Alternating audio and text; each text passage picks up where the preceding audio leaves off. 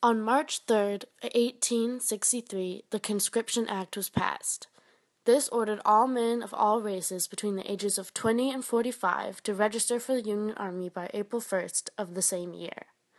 This was the first time Congress passed a conscription act that would be enforced. To get out of your service, you could pay a fee of $300 or find someone to take your place. Today, that is equivalent to around $5,000. This angered many poor immigrants who could not afford this luxury and led to bloody revolts in the streets of New York over the course of 5 days.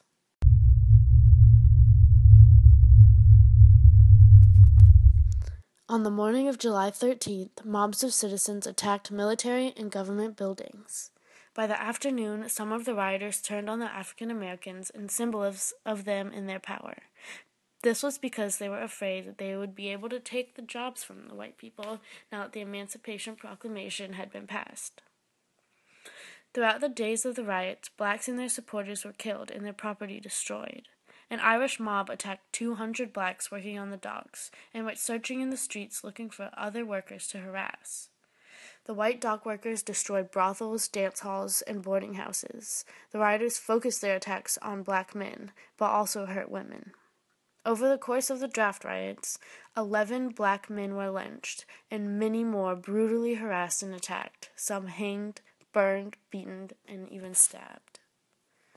The increased violence forced many blacks to flee the city. By 1865, the black population of New York had dropped to its lowest since 1820, at under 10,000. The rioters forced hundreds of blacks out of the city, leaving to escape from the violence or being forced out by landlords fearing for damage to their property. For months after the riots, the public life of the city became a more noticeably white domain.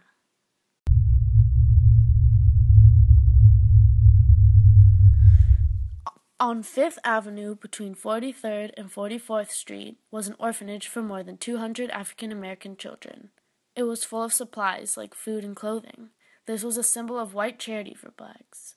Around 4 o'clock on the evening of the 13th, an angry mob broke into the asylum and took what they could of bedding, clothing, and food. When they had finished, they set the 4-story building on fire and left. The children, numbering 233, were quietly seated in their schoolrooms, playing in the nursery or reclining on a sickbed in the hospital, when an infuriated mob, consisting of several thousand men, women, and children, armed with clubs, brickbats, and more, advanced upon the institution. The chief engineer of the fire department, John Decker, was at the site, but they were unable to save the building. While this was happening, the superintendent and others from the asylum took the children to 4th Street.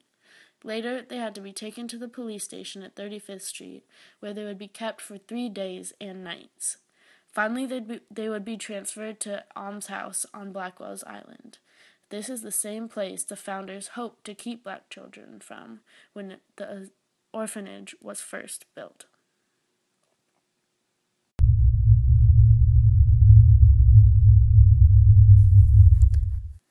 After 5 days of rioting, it was finally brought to an end with the cooperation of the 7th Regiment and the New York Police Department.